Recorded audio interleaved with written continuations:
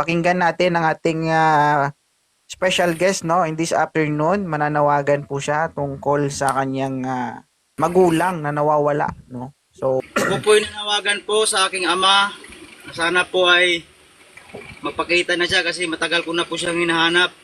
Nandyan po siya sa Bohol. Isa po siyang tricycle driver po. Nung maliit pa po ako, sinamahan ako ng kamag-anak niya kaso hindi niya ako tinanggap. Kaya ako po ay lubos na sumamba ang loob ko noon. Kaya hindi po ako hindi ko na po siya hinanap. Pero dumating po sa punto na tumaas na po yung edad ko po, sir. Wala po akong kasama kasi yung mama ko po, namatay na po. Bali ako na lang po mag-isa. Ang lang. sige lang, kaya mo yan.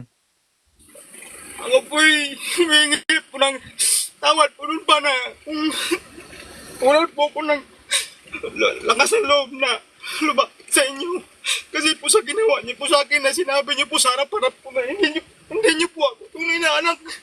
Tumang sakit po sa akin yun. Kaya, ang ginawa mo, hindi na po ako umuwi sa amin. Nandito mo ko sa Manila, nagtira po. Pinipilit ko pong inaayos yung buhay kahit ako lang po mag-isa. Ngayon po, ang sa akin lang, pangiling ko lang po, matagpuan ko lang po yung papa ko. Kahit magkita lang po kami, kahit may iba na po siyang pamilya, okay lang, magkita ko lang po siya. Hindi ko lang alam, sir, kung buhay pa ba siya ngayon. Yun lang akin lang, sir. Ang pangalan po niya ay Alot Quijano po. Yun po ang apelyido niya, Quijano po ang apelyido. Kasi yung apelyido ko po sa mama ko po yun. Alot Quijano. Opo, yun lang po yung pagkatanda ko, sir, nung bata pa ako, sir. Kasi nakalimutan ko pa yung maliit na tao lang yun. Tricycle driver po daw, sir, eh.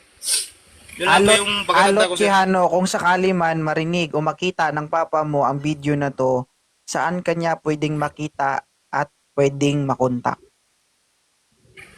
Dito po sa TikTok po, sir, sana. Hindi, saan ka ba ngayon nakatira? Sa Pandacan, Manila po, sir. Pandacan, Maynila. Okay. So, Opo. i-flex mo dito. Ang TikTok mo is Oiri Bilio Si Lior. Roel Oliveria po yan, sir. Adi punggol ka, pinahirapan mo ko. Sige. Robe, Dati po kasi yan, sir. Baguhin ko ngayon mamaya, sir. Ulitin ko yan. Baguhin ko po yung pangalan. yan guys, no, sa gusto po, sa nakakilala sa papa niya, no, si Sir Quijano. Tama? Ako po'y nahingi po sa inyo ng tulong kung sino pong nakakilala po dyan sa Bohol. Kahit po na makita ko lang po siya, masaya na po ako. Yun lang po yung hiling ko, sir. Ulitin natin yung pangalan ng papa mo. Ang papa mo ay si? Alot Quijano. Yan. Kung sino pa po ang nakakilala kay Mr. Alot Quijano, tatay ni Ruel Oliver, no? Pwede nyo pong i-message si Sir Oliver dito sa TikTok and para makita niya yung tatay niya. And syempre guys, huwag nyo kalimutan mag-like, comment, and share dito sa ating post na to. Mahalaga maipakalat natin para makatulong tayo sa kasama natin, sa kababayan natin para makita yung tatay niya na matagal niya nang hinahanap. Sir Oliver, mayroon ka pa pong sasabihin? Wala na po, sir. Ang sa akin lang po talaga, sir. Makita ko lang po. Dati po, masama po yung loob ko sa ngayon. Hindi na po. Tama. Kasi po, wala na naman po mangyayari po, sir. Kung magtanim ka ng galit po, sir, wala po mangyayari. Tatay mo pa rin siya. Pero ang akin lang po, makita ko lang po. Yung talaga yun po, sir. Sige. So, sana makita mo yung tatay mo, God's will. Sige, Opo, sir. Lior. Maraming salamat po, sir. Apo. Sana po, marami po kayo matulungan, sir. Maraming salamat po, sir. Sige po, sir.